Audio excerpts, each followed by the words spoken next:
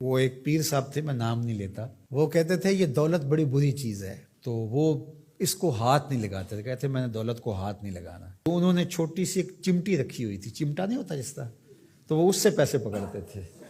کہتے اس کو میں نے ہاتھ نہیں لگانا، یہ گندی چیز ہے۔ حالانکہ اس کی گندگی تو اس کا لالچ ہے، اور وہ تو صاحب تمہارے سینے کے اندر موجود ہے، چاہے چمٹے سے پکڑو چاہے ہاتھ سے پکڑو، بات تو ایک ہی ہے۔ لیکن اس پر بھی لوگ کہتے ہیں سبحان اللہ، وہ اس پر بھی خوش ہوتے ہیں کہ ہمارے پیر صاحب جو ہیں وہ دولت کو ہاتھ نہیں لگا رہے۔ تو یہاں تو لوگوں کا جب یہ ذہنی لیول ہوگا تو پھر ظاہر ہے یہ ڈرامے چلتے رہیں گے اور یہ چیزیں جو ہیں وہ جاری رہیں گی۔ تو اللہ کی حلال کردہ چیزیں، ہم ایک دفعہ ایک تقریب میں گئے تو بعد میں کھانا لگا، تو صاحب خانہ نے اپنی بساط کے مطابق کھانا رکھا، تو ایک صاحب تھے وہ اپنے آپ کو صوفی کہتے تھے، تو وہ کہنے لگے کہ آپ کے گھر میں کوئی لسی ہے، تو وہ ظاہر میں کہنے لگے کہ نہیں، تو کہتے چلو سادہ سادہ پانی لے آؤ، تو وہ پانی لے آئے، کہتے ہیں اب وہ سرخ مرچیں تھوڑی سی لے آئیں، وہ سرخ مرچیں لے آیا، تو اس کے اندر گھول کر کے تو وہ روٹی کو ڈبو ڈبو کے کھا رہے تھے۔ میرے ساتھ 3-4 طالب علم تھے، تو میں نے ان کو آنکھ سے اشارہ کیا کہ یہ چاہ رہے ہیں کہ پوچھیں کہ حضرت یہ کیا ہے، تو میں نے کہا آپ نے بھی نہیں پوچھنا، لیکن خود ہی پھر کوئی 5-7 منٹ کے بعد وہ میں اصل سبزیاں گوشت کچھ بھی نہیں کھاتا، بس یہ لسی لے لیتا ہوں، اس میں یہ تھوڑا سا مرچیں ڈال لیتا ہوں اور روٹی سے میں، یہی میرا 12 سال سے یہ عمل ہے،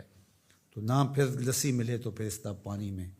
تو وہ اس کے بعد وہ میرے تاثر لینا چاہ رہا تھا، میں نے کہا کہ میں تو اللہ کی ہر حلال شے کھا لیتا ہوں، میرے اللہ نے جو حلال کیا میں سب کھا لیتا ہوں، ان کی تو وہیں ہوا نکل گئی۔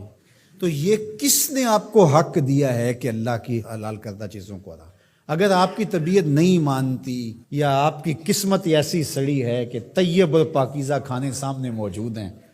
اور آپ نے جو ہے وہ مرچیں ہی کھانی ہیں تو کھائیں، آپ اس کو تصوف سمجھتے ہوں گے، ہم اس کو آپ کے لیے اللہ کی طرف سے سزا سمجھتے ہیں۔ تو یہ خود ساختہ چیزیں ہیں، تو اللہ نے کیا فرمایا؟ اے ایمان والو، جو حلال اور طیب چیزیں ہیں، جو اللہ نے تمہارے لیے حلال کی ہیں، جو اللہ نے تمہارے لیے پاکیزہ چیزیں پیدا کی ہیں، ان کو کھاؤ۔ اللہ اکبر۔ تو جس طرح شریعت اسلامیہ نے اس بات پر ممانعت کی ہے کہ کسی کو حق نہیں پہنچتا کہ اللہ کی حرام کردہ چیز کو حلال بنائے کسی ہیلے بہانے سے یا کسی طریقے سے، اسی طرح کسی حلال کو بھی حرام بنانے کا کسی کو حق نہیں ہے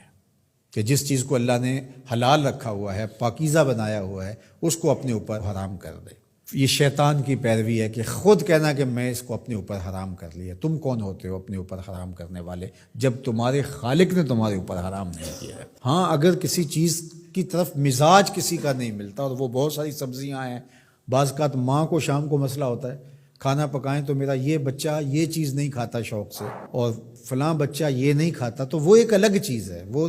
انسان کی رغبت طبعی کسی چیز کی طرف ہونا نہ ہونا، یہ کسی کا مزاج ہے، اور اس مزاج کے بارے میں کسی کو زور بھی نہیں دیا جا سکتا، لیکن اس کو حرمت کے درجے پہ لے آنا، اس کو اس لیے استعمال نہ کرنا میں نے حرام کر رکھا ہے اپنے اوپر، تو یہ درست نہیں ہے۔